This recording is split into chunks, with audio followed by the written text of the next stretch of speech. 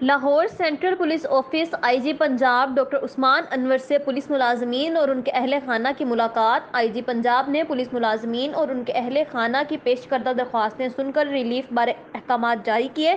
ہمارے ساتھ نمائندے لاہور سید حسن عباس بخاری موجود ہیں، ان سے تفصیلات جان لیتے ہیں۔ جی حسن بخاری، آگاہ کیجیے گا۔ جی بالکل، آئی جی آفس میں آئی جی پنجاب ڈاکٹر عثمان انور نے پولیس ملازمین کے اہل خانہ سے ملاقات کرتے ہوئے کانسٹیبل شوکت علی مرحوم کے بیٹے کو بطور ڈرائیور کانسٹیبل بھرتی کرنے کے لیے اے آئی جی ایڈمن کو ریلیف کی ہدایت کی۔ انسپکٹر منور حسین کی محکمانہ ترقی کی درخواست پر ایڈیشنل آئی جی پنجاب کو میرٹ پر ریلیف فراہم کرنے کی ہدایت کی۔ ڈرائیور کانسٹیبل لطیف عباس کی اہلیہ کی جانب سے میڈیکل بل کی ادائیگی کی درخواست پر ڈی آئی جی ویلفیئر کو ریلیف فراہم کرنے کا حکم دیا۔